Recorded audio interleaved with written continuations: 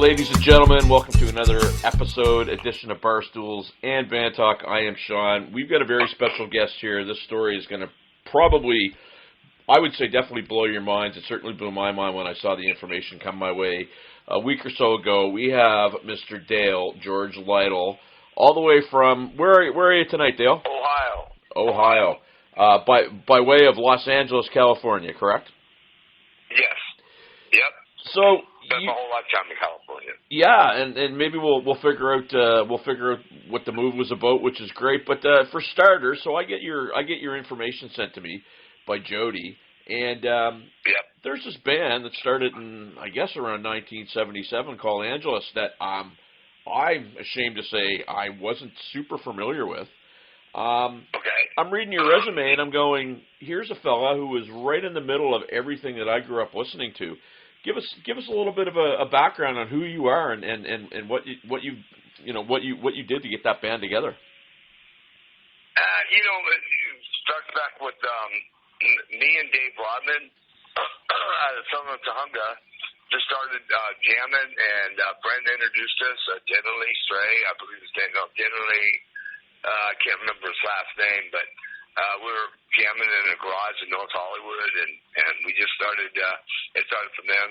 We went into Summerlin, Tahunga, California, by the San Fernando Valley, and then we started doing backyard parties from Silmar all the way into across the San Fernando Valley and California. If anybody's familiar with that, it's about 30 miles south or north of Hollywood. And we started doing backyard parties, and next thing we knew, there was like 500 to 1,000 people showing up at these backyard parties. And then we hit Hollywood about 79, 80, and started doing the Troubadour and the Whiskey and all kinds of places like that. And it just continued and grew from there. Now, you guys are right. So when you mentioned 77, obviously that's right around the time that a little band called Van Halen had their first album come out. Then there was a little bit of a lull. The music kind of changed, and, some would say that they probably didn't necessarily sign the right bands. But, you guys kept going, and again, I'm reading this information. You mentioned the Troubadour. You're mentioning all these bars. You were right in the thick of things of what, you would call that, I hate to say the hair metal genre, but you were right in the middle of that.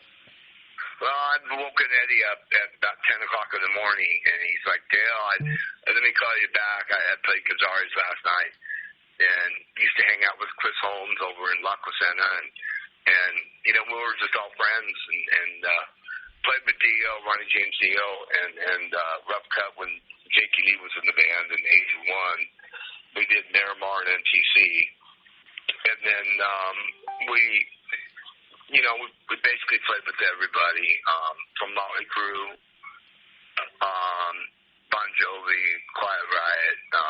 I was asked to be the guitar player for Quiet Riot by Kevin, and he took me over to Frankie's house, and we talked. I don't really remember too much about it, but we were right there with everybody, with everyone. It was a great scene. It was a fun time, and we just were living, from rehearsal place to rehearsal place, and wherever we rehearsed, that was what we laid our head down. And I wanted to talk a little bit about Motley Crue tonight. Sure. And Frank tried to get his manager, Alan Kaufman, to also be our manager at the time, and he was helping me out on that. And it never really materialized because of the fact that Alan just didn't want to deal with another rock band, and so that kind of fell through. And then we were dealing with I was dealing with Tom Zutot from Elektra and Tom Davies at Atlantic, and almost got signed to Atlantic, and then I think it was Zebra that there seems to be a clip that keeps going on. Is that my end or your end? Or might be your end. We'll work through it, my friend. Yeah. So, anyways, that just didn't materialize, and we got promoter Michael Lloyd, and he just was kind of the wrong guy for our band.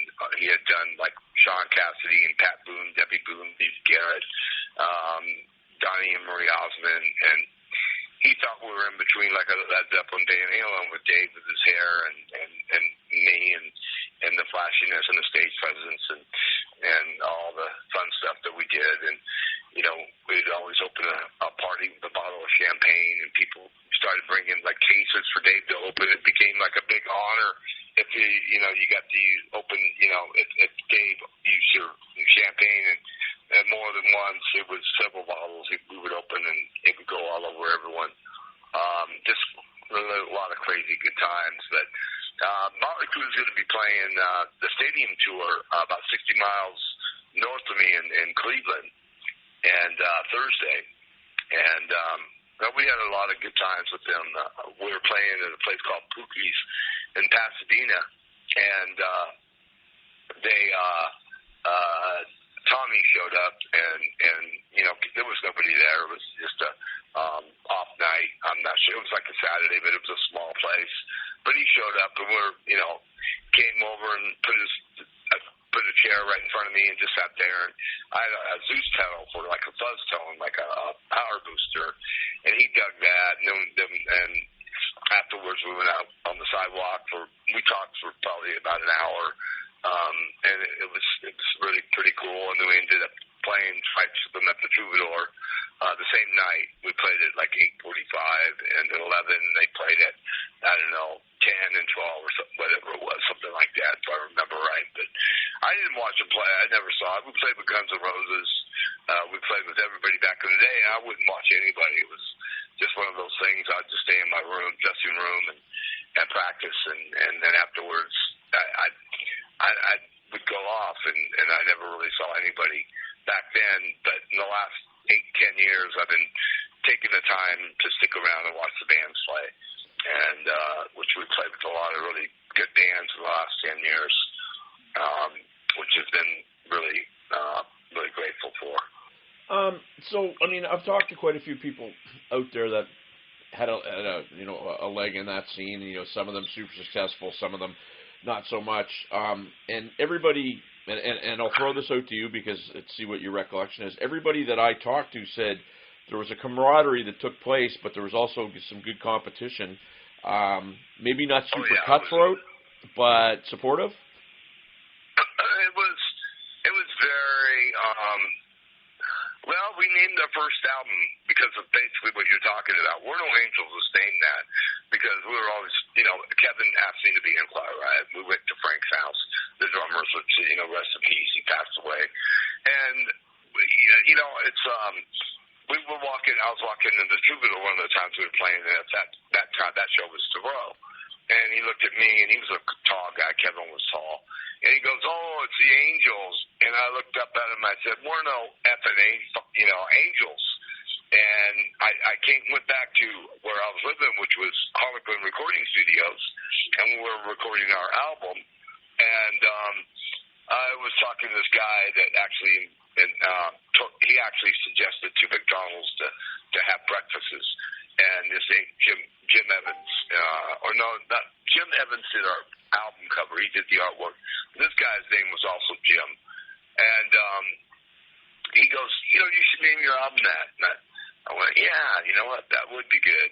And so that was how We're No Angels, the name of our first album, came about, and that was because of Kevin.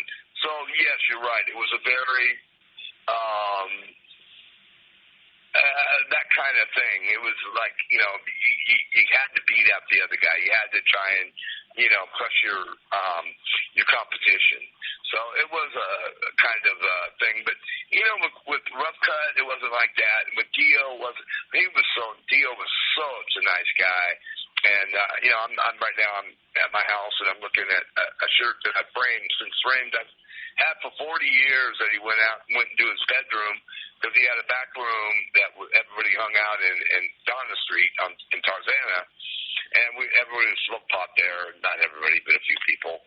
And he goes, "I'll be right back." He went and got me Marlboros, and he got me a shirt. And I've had the shirt ever since. I wore it for years, but I've since framed it. It's getting real fragile, and I've had it for over 40 plus years now. And but Ronnie was really nice. There's some people that it's not that way, but Yeah, it was a lot of it was competition, but Motley Crue, I mean, they had Alan, which had a lot of money and a lot of backing, and Frank tried to get me hooked up with them, but yeah, overall it was a kind of a fight. It was a fight. It still is, to be honest with you.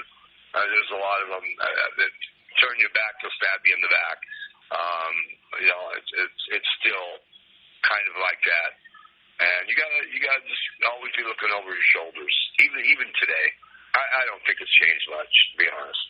Well, and I'm looking at the presser, the biography that was sent to me, and it says you've shared the stage with Motley Crue, Quiet Riot, Rat, Ronnie James Dio, Bon Jovi, Michael Schechner, Doc, and Foghat, LA Guy. I mean, the list goes on and on and on and on. Metallica, yeah. Uh-huh. And I'm from a part of the world where, we don't have that embarrassment of riches. We're kind of isolated, and so, for a big band to come to town is a big deal. I lived in Toronto for a period of time where you see bands a lot, every other night. It must have been, I guess, a combination of, I don't know, overwhelming and maybe frustrating when you see some guys that you think, hey, you know what? We're just as good as them, or they're, we're better, or what? Was there any sense of that? Because a lot of people that I talked to, when they talked about that scene being cutthroat, was they couldn't wrap their head around what stuck and what didn't. Did you have a sense of that? I'm not sure if I'm understanding your question exactly. Well, so I'll put it to you like this, Dale. You guys are working your butts off. You're out since '77. Right. You're having your success, and then some band that's out for a month and a half seems to have a little bit more. I'm not naming names, it could be whoever. Was there a sense of frustration that maybe that was happening for them and not for you guys, when you guys are probably doing just as much, if more? Not really. I mean, we were just doing it. Like I said, I was asked by what's called to be Kevin, and I had no reason to leave Angeles. I mean, we were doing really well, and we were doing, we were we were there, we were in it. So it was like we were just having fun, enjoying ourselves, being with the girls, just rocking and living it every night. And I went to a Van Halen concert at the Forum backstage, and I was walking out, and KMET was playing. That was a big radio station in Los Angeles, and they were playing our song off our first album, Nasty Girls. And I was with a little entourage of about 6 people, and it's at the time it didn't mean nothing to me. It didn't seem like anything. Playing with Dio I was signing $50 and $100 bills underneath Ronnie's name, and back then it was just normal. Everything was like normal. But looking back 40 years later, you're kind of going, wow, But like we played with Bon Jovi, and I saw him at soundcheck. I didn't see him play. I saw him at soundcheck. I remember him not being on the stage, Bon Jovi being on the floor, about 20 feet, with a cordless mic outside. It was at the Country Club in Reseda. And it was a 1,200-seater, and we brought actually more people that show to that night than they did. And Frightful was the first band to play, and it was just it's like I remember his muffler around his neck, even at soundcheck, and Dave was in the bus screwing the girls, our singer, and but no, there wasn't that kind of thing. Bands went on to be bigger than other bands, and we got the wrong producer, and that's what screwed us. We got, if we would have got Mutt Lange or, somebody that's like that, it would have been Roy Thomas Baker, it would have been a different story. But it wasn't. We ended up getting this guy that never had a rock band, and we weren't supposed to drink, cuss, smoke, do anything. And the first thing we did was fucking light a goddamn motherfucking cigarette and have it open a beer. And, it's like this guy's going, holy shit, So, and we were at Cherokee Studios, and that was it. I mean, it just kind of ended it, And it's like we were a real rock band. And so manager, Bill Hellman, had got us the right manager, I believe it would have been a whole different story. Instead of still to this day chasing our dream, chasing my dream, I wouldn't be chasing this dream. Luckily, we had what we had on the Billboard charts with Nothing But Love, and we're coming out with. I'm singing now. I've got a new single coming out with Running Like an Outlaw with me singing in a video shortly, and it's you know, I'm still chasing it, my friend. I mean, it's like I don't have it. You know, I don't have what they have. I'm not doing the stadium tour. You know, Molly is, right. and Def Leppard and Joan Jett and you know, these people, and they all deserve it, and it's well deserved. They did their job. Molly did a great job. Excuse me. You know, Van Halen, you know, Eddie, you know, stumbled across the sound with that Bariac, you know, and the whole story behind him, and we had a great frontman and our singer, and I was a great entertainer. I still am, actually. I still do pretty well for my age. And, you know, Rat went on, and that kind of, you know, they had a couple good ones. In fact, I've worked with a guy that was a bass player for actually Stephen Piercy, and he was actually in Rat at one point for a while, and that's Matt Thorne. And, in fact, congratulations to him. He just got married last week to a lovely wife. She actually does the set designing of the clothing for Grey's Anatomy. He just got married, so I just want to congratulate him if he ever hears this interview. But, yeah, it's just...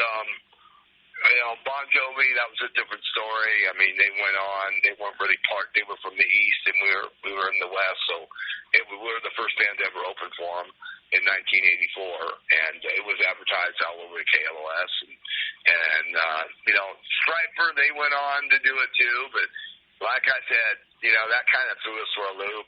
I went on to finish the album, and what Michael Lloyd, wanted to do.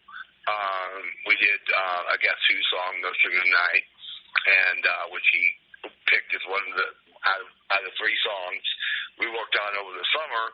That was one of them that he picked. So I basically did what he was going to do to the best of my ability as a producer myself, because I've produced every album since then.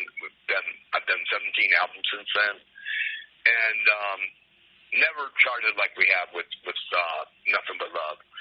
That's charted the most.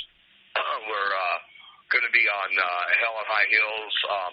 The last album is going to be coming out in a movie called Hell Week on 10/11. We have 3 songs on that, or in that movie, first time in a movie.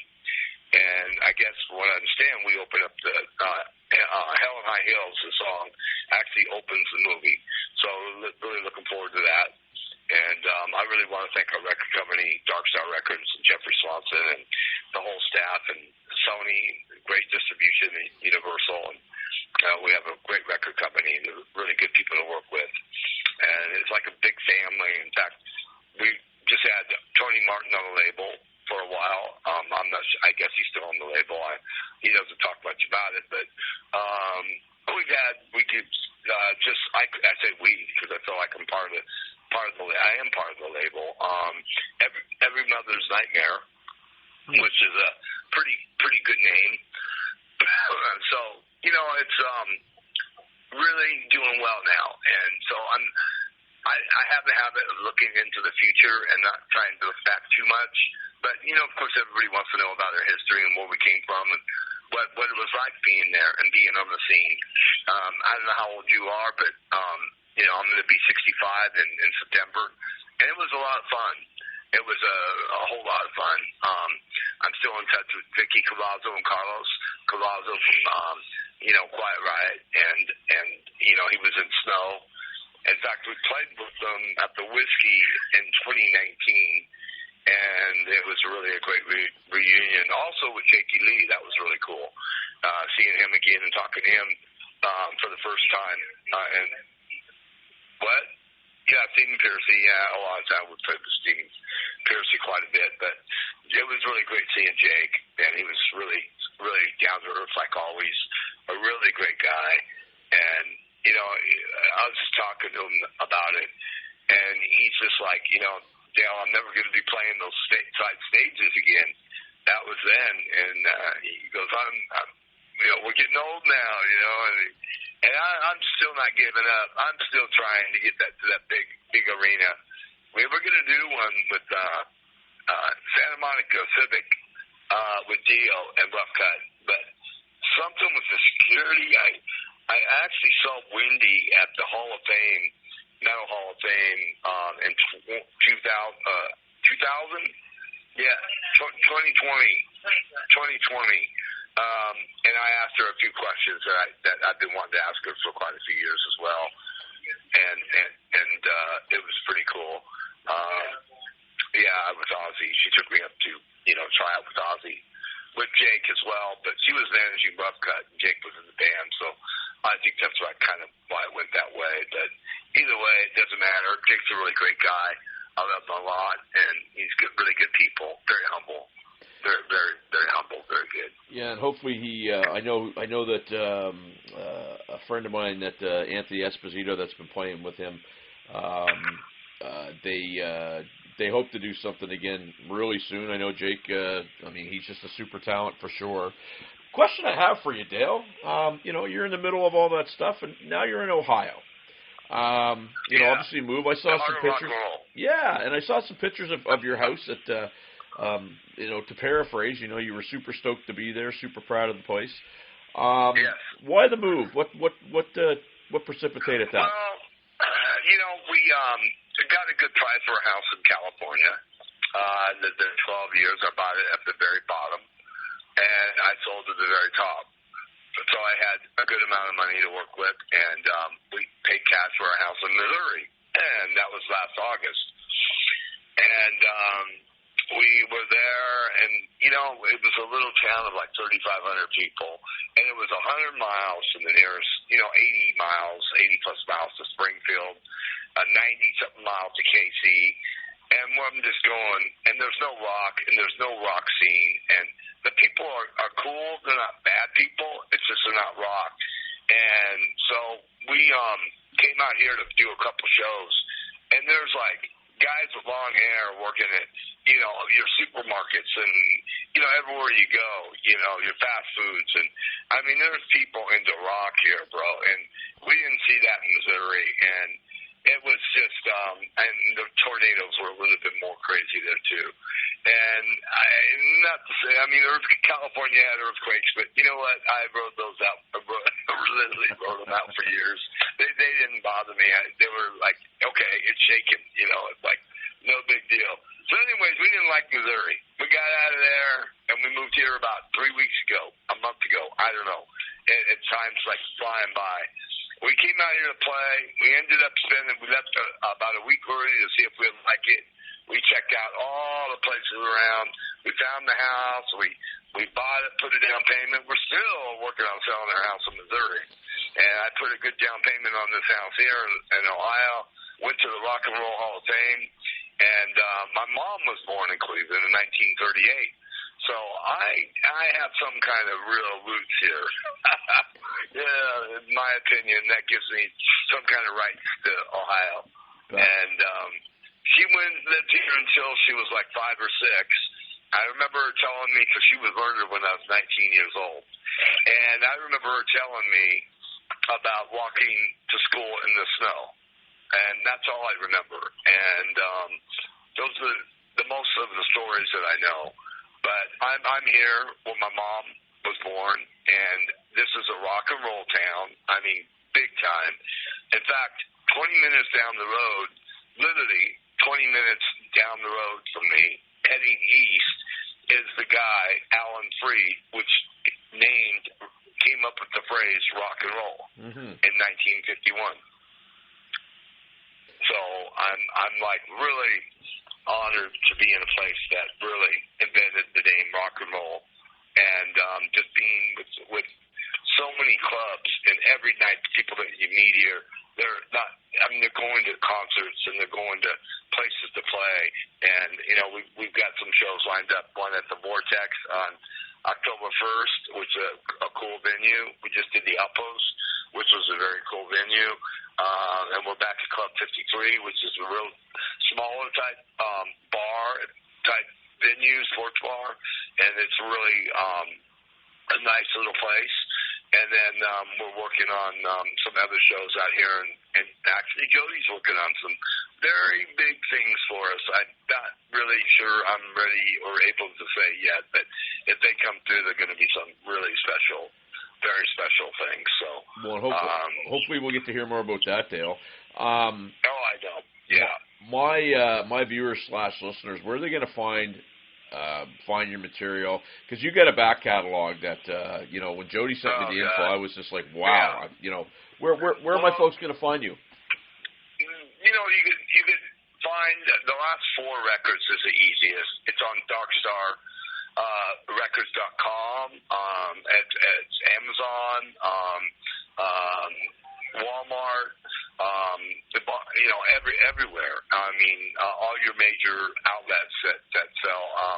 With Fry's, FYI's, just all, and DarkStarRecords.com, like I said as well. But yeah, Walmart, Amazon and Walmart, probably the 2 biggest, and probably the quickest for the last 4 records. And then the other ones, with Claire Diane and everything else, you could pretty much get through me or through our website at AngelesBand.com. They're there, and then you can email us at AngelesBandCrazy@gmail.com.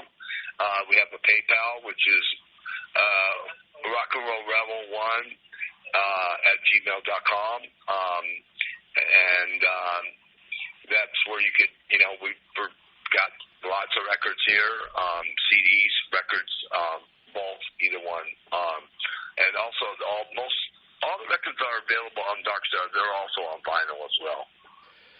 Well, sir, I'm so happy I get a chance to chat with you, because when Jody sent me the info, I was just like, how did I miss this? I mean, I could use the excuse of where I live, which is Halifax, Nova Scotia, which is the east coast of Canada.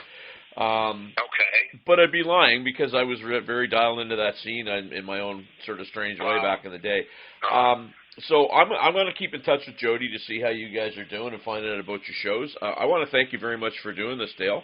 And thank you for having me very much. Yeah, and you know what? Best of luck with getting that house in order, bud. It looked great when I saw the pictures, and you're going to have a good spot there, my friend. Oh, I love it. I mean, like I said, it's just it's got so much music here, and Missouri just wasn't right for us. And California, I just wanted to try something new, and we did, and we have, and it's really great. And I thank you. Thank you, sir. You have a great night. You too. Thank you so much for having me. Ciao. All right, Sean. Thank you very much.